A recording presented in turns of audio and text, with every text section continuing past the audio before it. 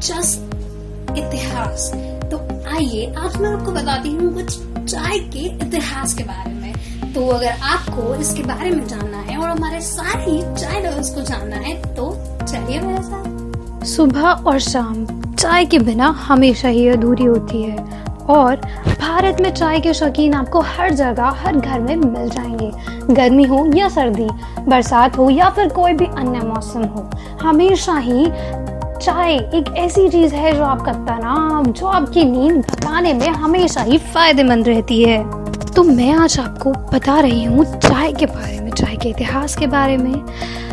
आज चाय का प्रचलन पूरी दुनिया में है। चाय को पीने से शरीर को ऊर्जा प्राप्त होती है। भारत देश में सुबह की शुरुआत चाय पीने के साथ होती है। यदि हम भारत देश में चाय के चलन के बारे में बात करें तो भारत देश में चाय का चलन ब्रिटिश शासन के दौरान हुआ था।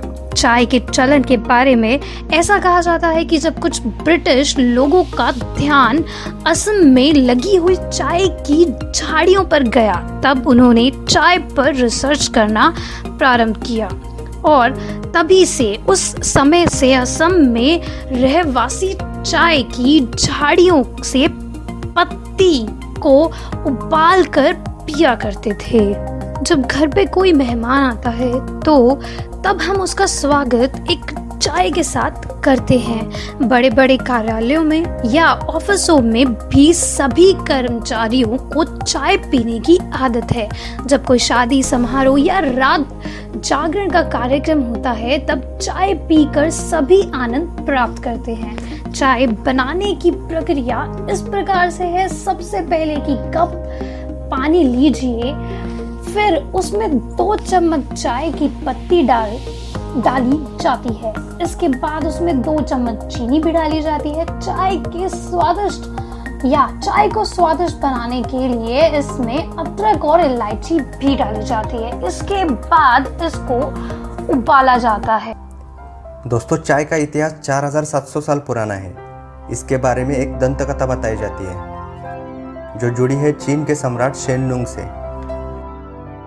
सम्राट शेननुंग को गर्म पानी पीने की आदत थी और एक दिन सम्राट बगीचे में बैठे हुए थे।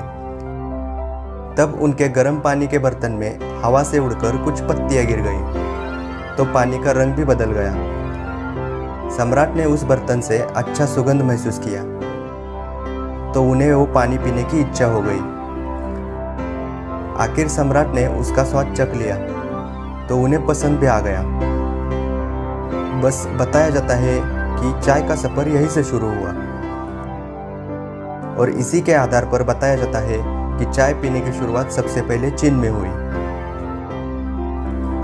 बाद में कुछ डच व्यापारियों ने चाय को यूरोप में फैलाया। लेकिन चाय की शुरुआत भारत में कैसे हुई? ब्रिटिश काल में सन 1800 के दशक में ब्रिटिशों ने रॉबर्ट फॉर्च्यून इस वनस्पति अभ्यासक को चाय के उत्पादन की तकनीक चुराने के लिए चीन में भेजा था। तकनीक सीखने के बाद ब्रिटिशों ने भारत में उत्पादन करने का फैसला किया और उन्होंने सन 1834 में विशेष समिति का गठन किया और चाय उत्पादन के लिए अच्छा क्षेत्र तलाशने के लिए भेज दिया। और सन 1835 में भारत के असम राज्य में चाय के बगीचे लगाने का फैसला किया। शुरुआत में सिर्फ सर्दियों में दवाई के तौर पर चाय पी जाती थी, लेकिन सन 1835 से भारत में रोजाना चाय पीने की आदत बन गई।